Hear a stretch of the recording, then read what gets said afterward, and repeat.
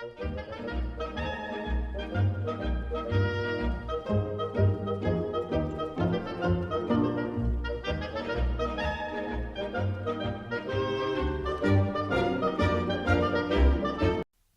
it's Fitz. Quick plug about RockVox Recording and Production. We just did a whole bunch of audiobooks. Self-published authors are our new best friends. If you're a self-published author and would like to find out how you can make your publication an audiobook, please feel free to reach out. There's information on our website, rockvox.com, or you can send me an email, fitz@rockvox.com. Of course, we're open for all other types of productions, podcasts for individuals and organizations, voiceovers, voiceover demos, video production, you name it, we can do it. And if we can't do it, we know someone who can, but we can probably do it. Anyway, check out the website or follow us on social media. You can even book a free coffee talk consultation with me to discover how RockVox can help you achieve your goals. rockvox.com. Let's repeat the non-conformist oath. I promise to be different. I promise to be unique. I promise not to repeat things other people say.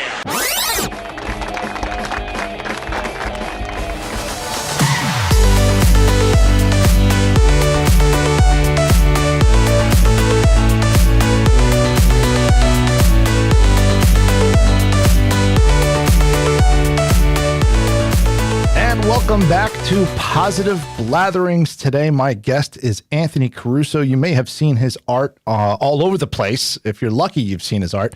And if you come to RockVox Recording and Production here in Bushnell's Basin, you will see his art on our wall right in the lobby. Great rendition of downtown Rochester, which is fantastic. And I'm glad to finally get you in here. We've been playing tag a couple of times here, but finally glad to get you in here. I always love having real talent come through the door. Well, thank you. And you're definitely a perfect example of that. How far back, this is probably a silly question, but how far back does your art go? Because some people suddenly grab onto it later in life, and some people have been doing it since they were kids. Yeah, no, for me it was, well, something I always did. You know, I always would, in class, I was the kid in the back of the class that, you know, would just kind of doodle, right? Mm-hmm. You know, drawing superheroes or whatever I was doing. And then people would be like, wow, that's really good, dude. I got a lot of that. Right. I got a lot of that. But really, you know, my parents coming from, you know, Italy, from Sicily, it wasn't something that you do. Oh, really? Yes. So you're like first generation. Yes. That's pretty sweet. So, but they wouldn't pay for, you know, something like this. They would not that they wouldn't pay for something like this. They just wanted me to go to school to do something else. It's the old school mentality of artists don't make any money. Yes. So someone's gonna appreciate you 300 years from now, but you're gonna struggle while you're. And I get it back then because back then it was a lot different, right? So it wasn't when I first started. Honestly, it was, you know, later on in life when I thought about going to Florida, right? And here I am, you know, I mean, my story, Art of Recovery, right? So, you know, I had quite a history of already partying too much, right? Yeah. So they're thinking probably in their heads. I never asked this question, obviously, but I'm thinking they're probably thinking I'm going to go to Florida and just go crazy. Right. So who knows how it would have turned out. Right. So I went to school for something else. I got hired at Xerox at 21 years old. They paid for all my education, and I went to school for IT. You know, because I'm working on the line. One of the managers comes over. He says, "You want to do this the rest of your life?" I'm young, right? 26 years old. I go back to school, and I, you know, figure, okay, this is what I have to do. Drawing was still something I did here and there, but it was nothing, you know, it wasn't a business. I never thought it would become what it is today. So I went that route, the technical side, and I learned a lot about, you know, in general, you know, using both sides of my brain when I paint as well. There's a technical side and there's a creative side. So I think that kind of helped me along, you know, along the way. So I did take electives, oil painting classes when I was going to Empire State College.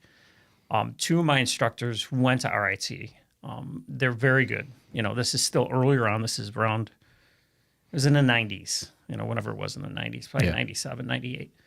And it was, you know, I thought, I shouldn't say this, you know, this could offend some artists, but I thought it was good back then. I mean, I had talent, but I really thought I was like the stuff that I was doing was great. But when you get instruction from other artists, you learn a lot more. And even then, even the instruction that I got from them, my work now is a lot different than it was then. But we still get bits and pieces of, what they did and what they showed me and their style into my style. But still, didn't do anything with it. Just took it as electives, painted some paintings, sold maybe one or two here and there. And with my jobs, what I did for a career as an engineer, we would get that 1 week off between Christmas and New Year's, and I would paint something because I had time. Now, mind you, I'm a drinker, right? So I'm drinking pretty good during that time because it's the holidays, but I'm still able to paint. I was able to paint some paintings, and I did about one a year, and that was it, right? So the style was different than what I do today, but still, it was part of the process. When was it? Right around 2010, I started to paint more. I had a friend across the street, David Fluke, who was with Sound Express. Oh, yeah, I know Dave. A good friend of mine. Yeah. He lived right across the street from me. So I did the Joker for him. He said he wanted something for his basement of some theme that's poker and music and movies or whatever. Not necessarily music, but movies.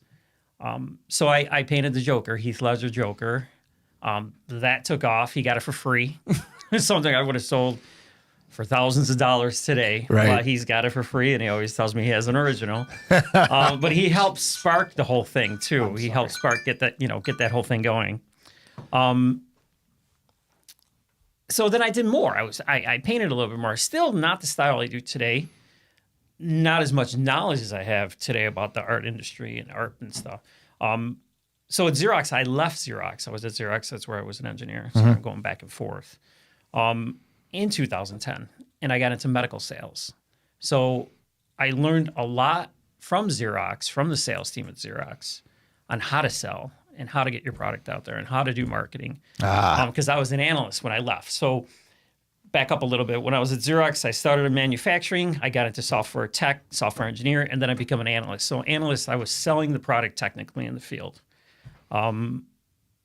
And I learned a ton from those Xerox salespeople. Probably, some of the courses that we took at Leesburg, great training. That's amazing how your training at Xerox can affect your art sales. It does. I would have not ever made that connection. It does because it taught me. I mean, it teaches you how to sell basically and market yourself. It's different when you're selling something that you create, opposed to something that you might believe in, but it's a printer. Right. It's not something that's sexy, if you will. It's a printer, right?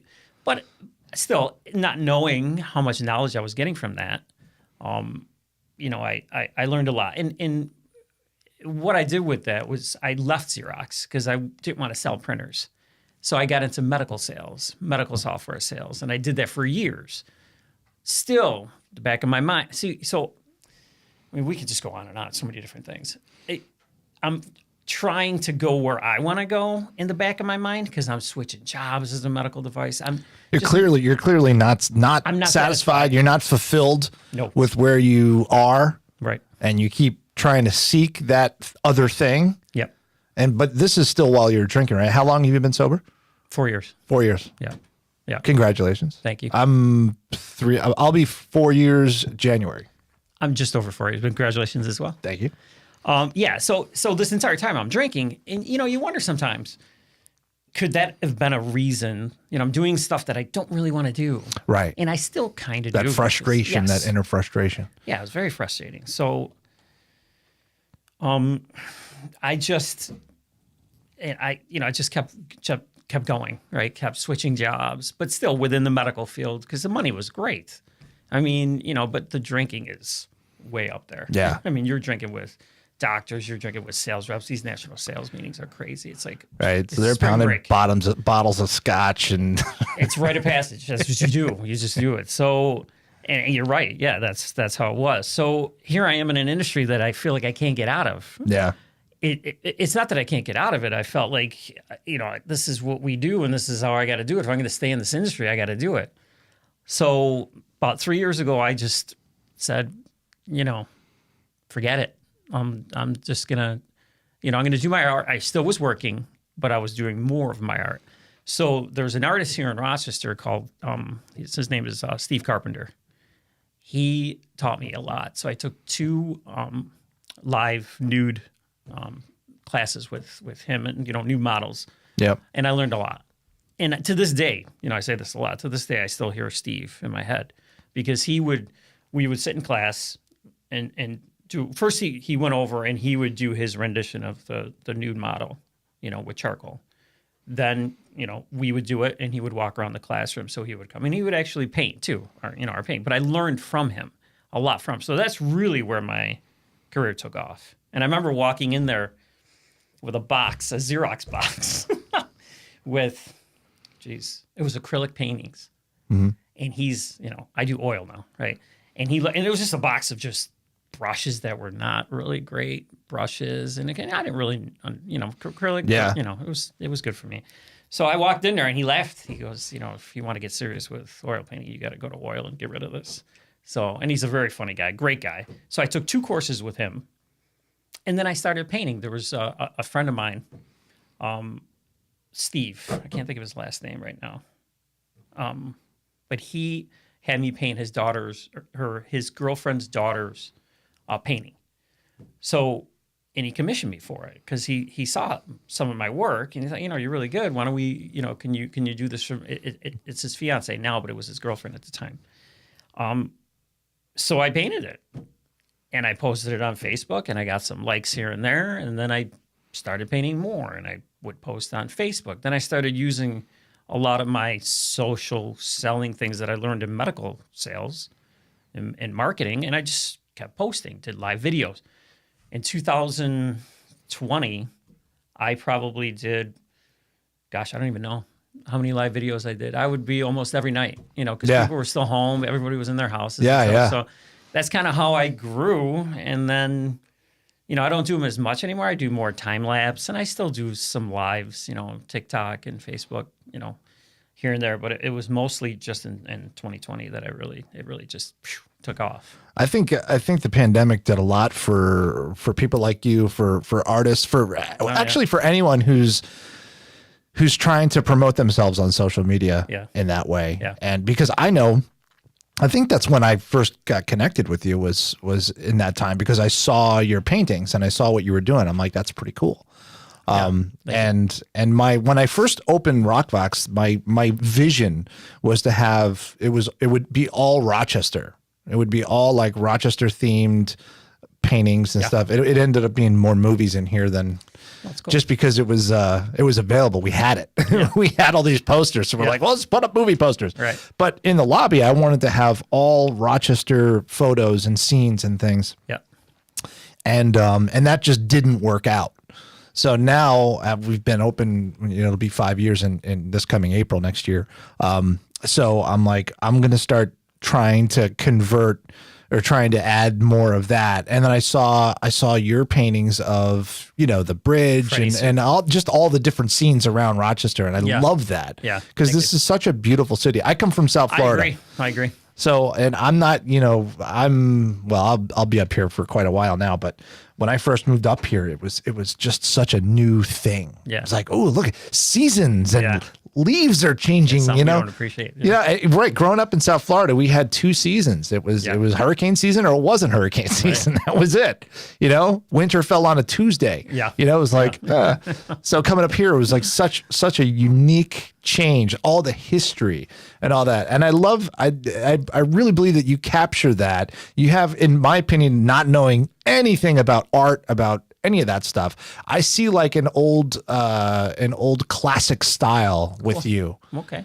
Something that you could say, you could take one of your paintings and say, now this might be a little lofty, but hey, look, Da Vinci did this or something. What I mean? One of the old classic greats. Yeah. And I'd be like, okay, yeah. I don't know. You obviously someone who's into art would be like, what are you talking about? Yeah. Not so much Da Vinci. Well, Da Vinci in a way, I would think maybe to the point where he was all over the place. I'm kind of, he was very technical and artistic. Yeah, so I used Da Vinci just arbitrarily, but No, but it's a good one though. that's just the one that comes to mind. But yeah, so you have, and that's the thing that I really like is that there is a technical aspect to it, because you have to take that image, Yep. whether it's directly from reality or from a photograph. Usually photograph, yeah. You have to take that, you have to examine it, you have to understand the lines and however the perspective and the Interesting the way you shape, look at it.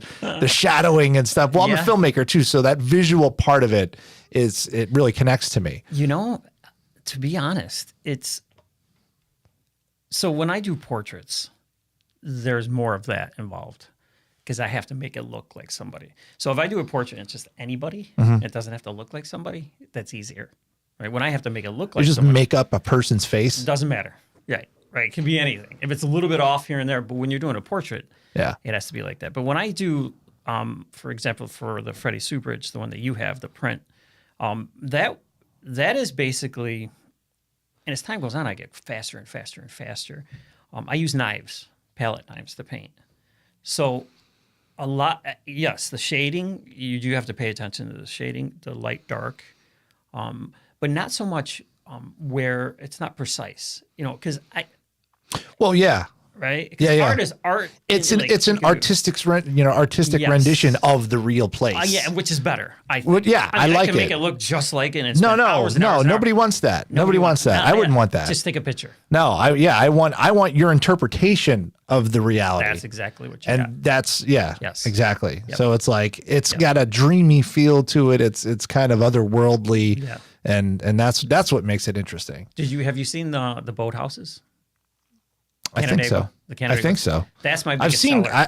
I'm always you're posting stuff. I'm always seeing stuff, and I'm always like kind of filing it in the back of my head, going, Yeah. "I want that. I want that. I want that." Yeah, the If I had the boathouses money, are I'd buy them all. You got to get an original eventually. Yeah, that's my goal. So yes, we have a print here. We got the print of the sea turtle that you did. I bought for my wife that she Yes. absolutely loves. Yes. But yes, my goal is to get an original, but those we'll cost a make little bit more. That's all right. So I'm working my way up to the original budget. All right. But so tell me about your career now as an artist. You're a full-time artist. Mm-hmm. How much more fulfilling is that than having to go to a job where you got a boss and you know all this stuff? Obviously, it's not easier No. in that sense, financially and making your way in the world, but you know, I mean, good question, right? So I still consult. So I do. okay. So medical. you still have a side job. Yes. Okay. Yeah, I do consulting. I don't work for the company, but I consult for the company. So that does, take some Everybody time. has a side hustle. Yeah. But that's your side because hustle. because I can do it. Right? You know what I mean? Well, yeah, because I have the experience in my past and I can do it. So why not do it? So you're an artist that also consults on the side. You're not a consultant that is the an other- artist on the right, side. That's right. the important part. Right. So that's true. And it's nice that I'm able to do that. As a full-time artist, it's not something I thought I'd ever do.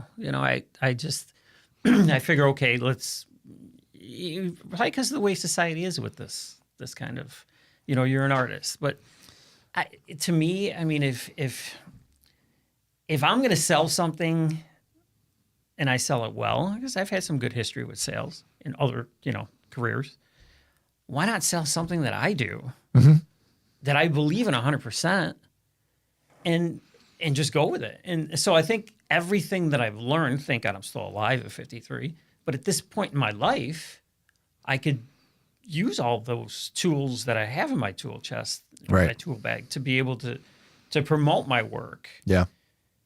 And why not promote something you love to do? Oh, absolutely. It's so different. That's the exact same mindset that I had when I left this? radio in 2020. I was doing mornings on Fickle 93.3. Yes. The pandemic I was didn't know that. the pandemic had caused a lot of problems in radio. We were still going into the studio where everybody else in town was doing their shows from home. And I was a little bit pissed about that. I'm like, I ended up when I left, but at the end of it, I was doing my show from here and I loved it. I'm like, can I just do this? Because I live 3 minutes away. Yeah. I didn't have to drive A lot easier. downtown. Yeah. But, I was not, they cut my pay, they cut my hours. And I was like, I'm spending the first 5 hours of my day here and I'm not going anywhere. I'm just treading water. Why don't I take that first 5 hours and put everything I have into this, which is my own, and really sell this? And because I care about this. It's not like I didn't care about my show, but I didn't feel like I was getting the support that I would get, here. So I can totally identify that. No. It's the same. It's the same feeling. It's the same. I mean, when you're, like you said, when you're doing something that you have so much passion for, and it's something that, why not? Yeah. Why not? Yeah. And there's almost a part of me that feels guilty a little bit. I don't know why. That feels guilty for being able to make a career out of it. And there's a lot of talented artists out there. Oh yeah. I mean, yeah, absolutely. And you think about you have the leg up because you have that sales marketing edge. There's other people who you never even heard of because they don't. And they're brilliant artists. They don't know how to get out there, or they're afraid to get out there. They're afraid. Yeah. Because you're bearing your soul. Yeah. You're like, look, this is what I created. Oh, and when people say, oh, that's terrible. I know we produced a movie called Bottom Feeders. That was, we wrapped on when the pandemic started on March 13th, Friday, March 13th, 2020 was when we wrapped. Finally got the movie out in 2021. And every once in a while, and it's on Amazon Prime, Bottom Feeders on Amazon Prime. But I like to go check it out. I like to go to IMDb and Amazon and look at the reviews. Yeah. Because some of them are just awful. They're just mean. Yeah, but I mean, okay. I know what the movie is. I know what it's not. But Yeah. it was the first one. Yeah. And it's not a small and it's like, so when people are like, oh, why do these people even bother? Go back home, just some of the nasty things that they say, and you're like, God, you can't let that get to you though. I wonder, because I don't get a lot of, and you're right, you put yourself out there. I mean, you literally, when you're doing, this morning, for example, I did a portrait of 4 grandchildren. Okay, this is 4 now on one canvas. For the grandfather, right? And he's going to give it, I think he's going to keep it in his house, but whatever. So I had to send it, and sometimes on the image itself, on when it's on video or not video, when it's just an image, and you send it, it's not the same as seeing it in person, right? But I sent it to him this morning, and I was a little bit hesitant. I wanted to show him in person, but I said, you know what, right? I sent it, and I've really had tremendous. I mean, most people love the work, and he loved it, but I was a little bit hesitant this morning, thinking, I don't know, should he see it in person? Should I send it? So there is that stress part of it. I mean, yeah. I mean, and if I was to paint you, say, for example, I'm painting your face. Oh, Jesus. There's the stress initially in I my can head. imagine. I can imagine. I got to get it done in a certain amount of time, right? It's true. I mean, it is a stressful thing. And other people might be like, whoa, there's no way I would want that pressure on me. But I like it. Do you ever get any really oddball requests? Did you ever watch The Sopranos and they made Tony into a general? Yes, the general. Yeah. Yeah, that was. Ever get anything like, can you make me do a rendition of me as Abraham Lincoln? Well, you saw my Josh Allen. The Josh Allen. Yeah. So I can say. You can do that. I don't know. I shouldn't probably say that. I'm not a Bills fan, but I did it because I figured, okay, it's not like I can't paint Stephon Diggs and Josh Allen on the same page because it just wouldn't be right. Right. Right. I'm another team fan that I probably won't say on air. That people in Buffalo wouldn't like. But I've sold a ton of them. I sold it. The original I still have, but I've sold a bunch of prints. But that wasn't something that someone asked me to do. That was something I just thought of. But there's a market for that. There's clearly a market for that. And it's not a spoof on him. It's him on a buffalo, which I think is kind of cool. So a lot of people like it, and a lot of people think it's creepy, and I get all kinds of attention for it. Now, so we were talking about opinions. We were talking about everybody has an opinion. What have you ever gotten any really just tough art critics that are just like, dude, because that's got to be got to be tough. You haven't? No, not. Or do a better question, do art critics even bother to criticize? Do you have to ask them? Like for me, for a movie, I have to put it somewhere and ask someone to review it. Yeah. You know, no one's gonna, very few people actually go, I'm going to write a review of this movie because it's so bad or it's so good. Some people do that. Yeah. But with your artwork, how do you, besides, you know, obviously commission pieces and, you know, by sales, like people really love this one. Yeah. This one hasn't moved. I don't know why, Yeah, there's some you that know, move. Yeah.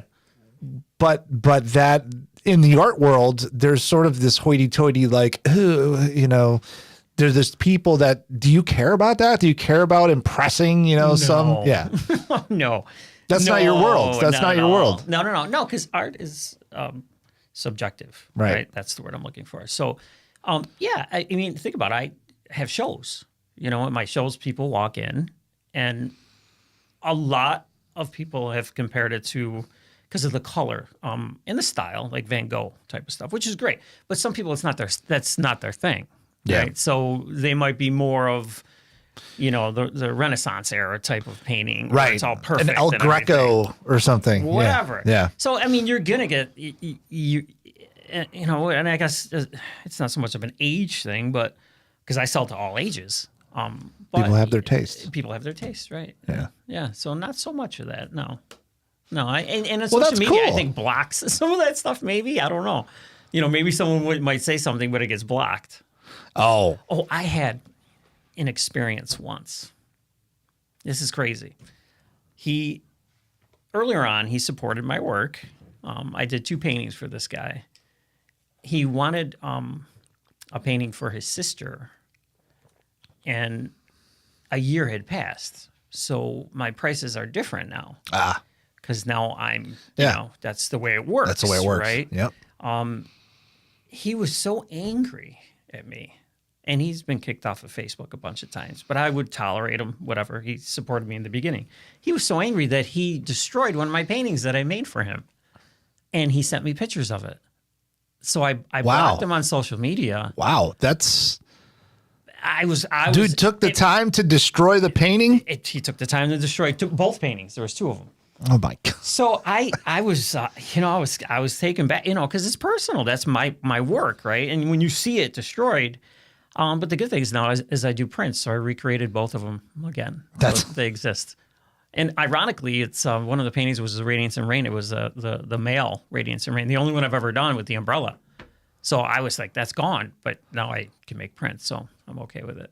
But I didn't say anything back. I didn't do anything. I just blocked them. That is crazy. Yeah. So stuff like that happens, you know. But so now I wanted to dive into your recovery part, because that was one of the first things besides your artwork. When I learned about it, was interesting to me, and you're very passionate about it. You post a lot about it. I do, and I don't post a lot about mine, but I'm part of Sobriety Sounds, which is a nonprofit that is trying to create safe music spaces for people and for musicians in sobriety. Mm-hmm. So specifically because in my experience, creativity and substances were linked. Yeah. And so how has that affected? And I'm pretty sure I know the answer, but I wanted to know from you the evolution, if you will, of Anthony before sobriety, Anthony after sobriety, the artist. Oof. Okay.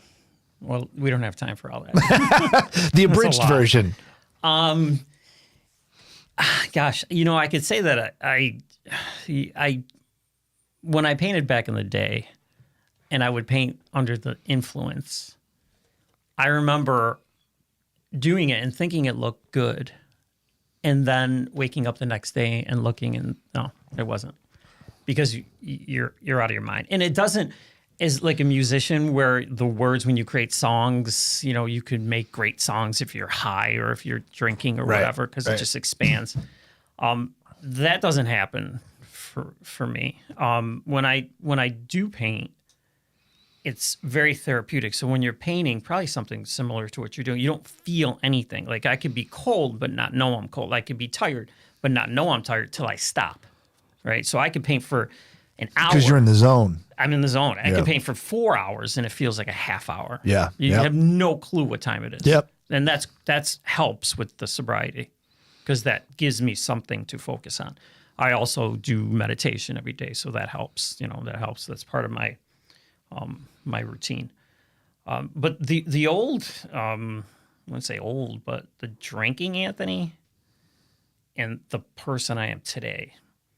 I was always this person, but the drinking was taking away who I really was. Because you got to go back to 13 years old, because I started drinking when I was 13, 14 years old. Wow. So for 13 years, I didn't drink. Well, when I was 9, I was in Italy, and I had a couple glasses. And the ironic thing is I had a couple glasses of beer, and they gave it to me. It was some neighbors, close-knit, the way that they are there. And alcohol's, there's no drinking age. So I drank, and I actually liked it at 9 years old. And I remember feeling a buzz, but I didn't drink again until I was 13. But then it was like right away. Yeah. As soon as I drank, I was like full-blown, still functional, doing everything, but functional. That's interesting. I was 9 the first time I got completely. Very rare. I remember specifically my brother and my cousin, and so he must have been 19. Yeah. Because he's 10 years or 11 years older. So maybe I don't even know if I was 9. Maybe I might have been 7. Jeez, it's terrible. I know. We went to a park and they were drinking, and I remember I drank 2 tall boys of Budweiser. Oh yeah, I remember the Tall Boys. And I don't remember anything after that, except for what my mom said, that I came home and I looked horrible and I was sick as a dog, and my brother got in deep trouble. Oh yeah. And I just remember being that young going, when I'm drunk, I throw pretzels into the water. That's the only thing I remember. Yeah. But that's crazy that if you think about that age. Well, that's when they say it. You start young. That's a bad thing. But I mean, the person that I was when I was drinking, and I would say this a lot. I felt this way. I felt like I had to build myself up and then tear myself down. So I would I always worked out. I worked out since I was 13. I drank since I was 13, but I still worked out. Still took care of myself, went to school, educated, did all that stuff, but drank along the way. So I always wonder but I think that was part of making me who I am today, because I did those things. Yeah. But I tried so many times to, I went to rehab I went to rehab when I was 19, and I went to rehab when I was 48 or 49, whatever it was. And when I was 19, people made me feel, here's this kid walking in, these guys are all on cocaine and all this other stuff. I'm drinking, and they're making me feel like I don't belong there because of how I look, what I'm doing. So I always felt like I'm okay. Yeah. I'm okay. I could do this. I could stop doing it, and I couldn't. What was it that brought you to rehab? So I only did it twice. Tried to do some meetings in between, but when I finally went to rehab in Pennsylvania, Bedford Recovery Center, something happened personally, right?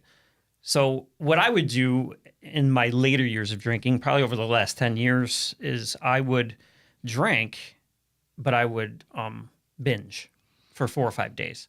And then I would stop for months with no one's help. But then I always thought to myself, I could do it. I'm seeing all these other people do it. It's really, but you've been as sober as long as I have. I don't think the same now that I did then. Right. But I always thought I could do it. Why not? I could do it. But I couldn't. So every time I went back, I might start slow. I might have 1 and stop. Might have 2. But now the door's open. Yeah. Now I'm thinking, where's my next party? Where's my next drink? And you think differently. It changes how you think. It does. I feel like a different person now that part of my life is completely gone. It's completely gone. It's gone.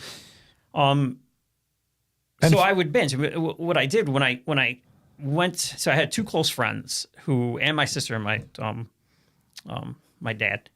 I said, I'm just going to keep drinking because something happened. I'm going to keep drinking. If I'm going to rehab, because I figure I got to go to rehab now, I'm just going to keep drinking. And I'm going to drink all the way to that day. So someone stayed with me, and we just kept, when I woke up in the middle of, whatever, I kept drinking. Oh my God. Because you have to. Because to me, if I stop, I feel like I'm going to go into shock.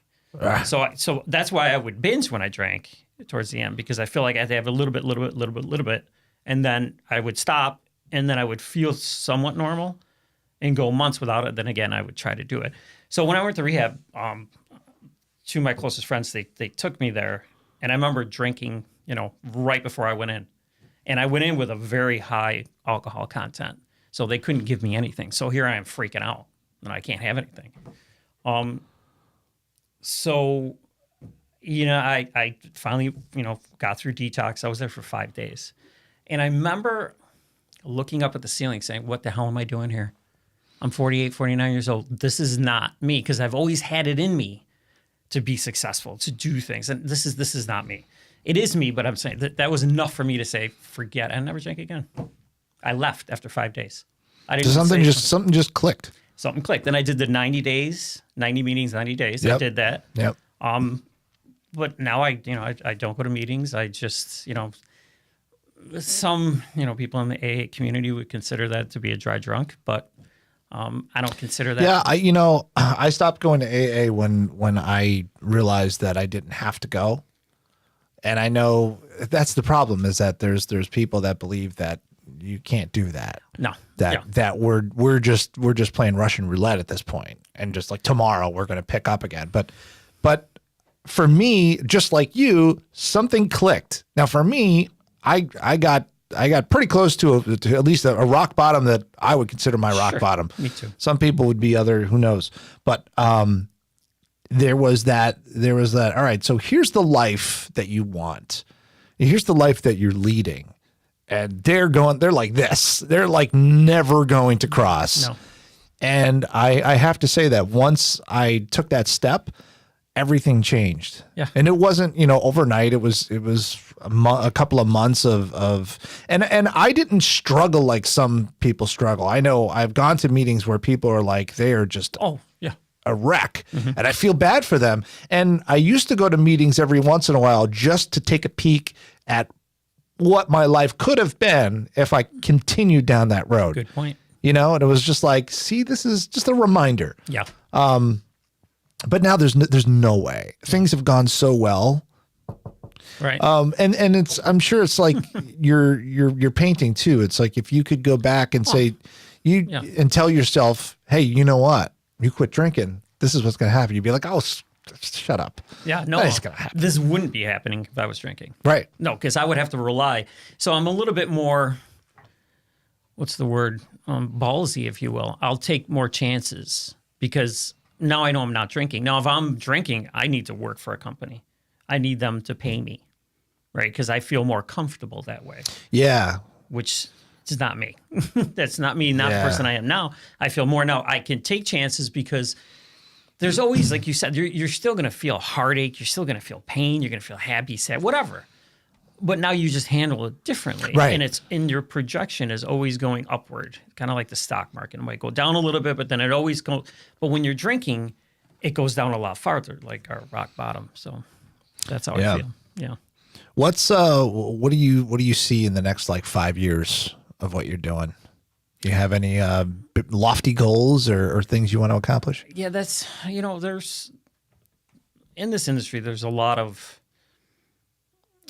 different ways I can go, in different directions I can go in. I mean, it's projecting upward for the last 3 years. So that I'd like to continue. And it's just good to leave something behind when you're gone. There's my paintings I could leave behind. Do I want to be world famous? Why not?